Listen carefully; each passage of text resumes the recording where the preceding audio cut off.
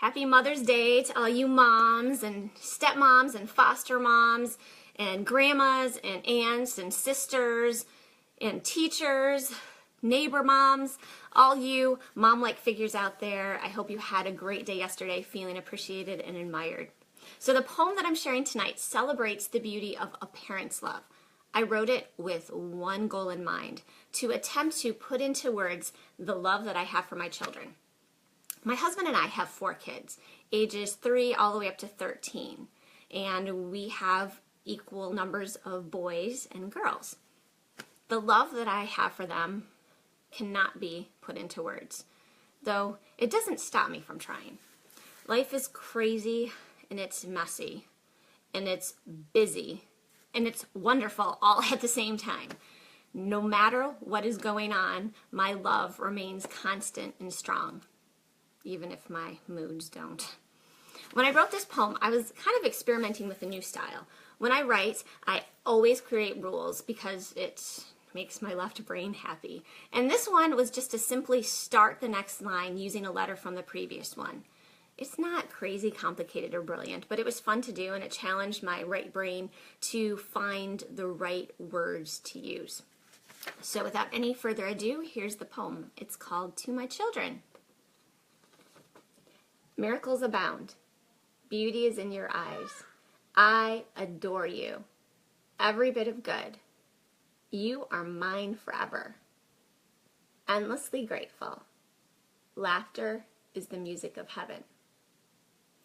So the first line, miracles abound, was the way I wanted to begin. Having a child is a miracle, whether or not you were the one doing the actual birthing.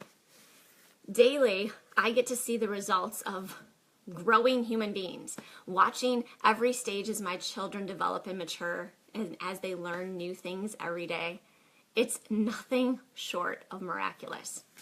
And the next 2 lines, beauty is in your eyes and I adore you, is pretty straightforward. I'm amazed at how beautiful my children actually are. And I know all parents say this, but my kids are really astonishingly good looking. But even more importantly, their beauty is on the inside. They are all very kind, loving, and thoughtful people. And since the window to the soul is said to be through the eyes, I want it to be clear that their eyes reflect the beauty from within. And loving our kids is great, but I'm way past that point. I adore my children. The 4th line here, every bit of good, can be a bit deceiving. It doesn't mean that my kids are everything good in the world or that everything they do is good. What parent actually has perfect children? I think I meant a few things when I wrote that phrase. The first was a reference to James 1:17, that anything good is a gift from God. Also, I'm grateful to see how the good qualities of my husband and I blended together. When I was pregnant, and I'm not sure if all pregnant ladies do this, but when I was pregnant, I prayed for my kids to inherit certain qualities from me and other things from my husband. Of course, some of them did inherit my bad eyesight and my husband's snoring, but I'm still thrilled that there's so many excellent genes that did seem to come through. The next 2 lines, you are mine forever and endlessly grateful, both flow from an intensity that I never knew existed until I became a mother. No matter what my kids do or how far they go from me, they will always be mine. And that possessiveness isn't meant to be weird or strange. It's meant to make them feel secure in their identity as a loved child. I'm endlessly grateful to God for giving them to me, and I'm honored to be a mother. Lastly, I wanted to end with the sound of laughter. Hearing and seeing my kids filled with joy gives me a glimpse of what I think heaven is like. At the beginning, I said I wrote the poem with one purpose in mind, to try to explain my love for my kids. But as I studied it, it became way more profound and purposeful. In fact, just a few days ago when I was rereading the poem, I started sobbing. What if God was writing this poem to me as his child? Does he see me as a miracle? Beautiful? Does he really adore me? Does God notice the good? Can I rest in my identity, believing that I am his child? I mean, is he actually grateful to have a relationship with me? Does God smile at my happiness? My faith is so weak sometimes. I do not live like I believe this to be true.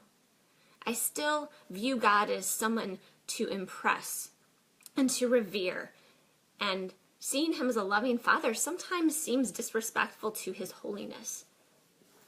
But then again, God wouldn't have sent Jesus, who spent time with sinners, showed so much love and mercy and compassion time and time again, if he wanted to remain distant. He wouldn't have done that. Even his wrath in the Old Testament was rooted in a desire to refocus and to restore his people. It was all because of love. For them, for me, for you. So friends, please hear God's words tonight. As sweetly as a mother comforts her child, God wants to comfort you. Go back and reread the poem again. Rejoicing in the fact that God cares about you more deeply than you can imagine. You are loved. Yes, you are loved. You are. Good night. See you next week.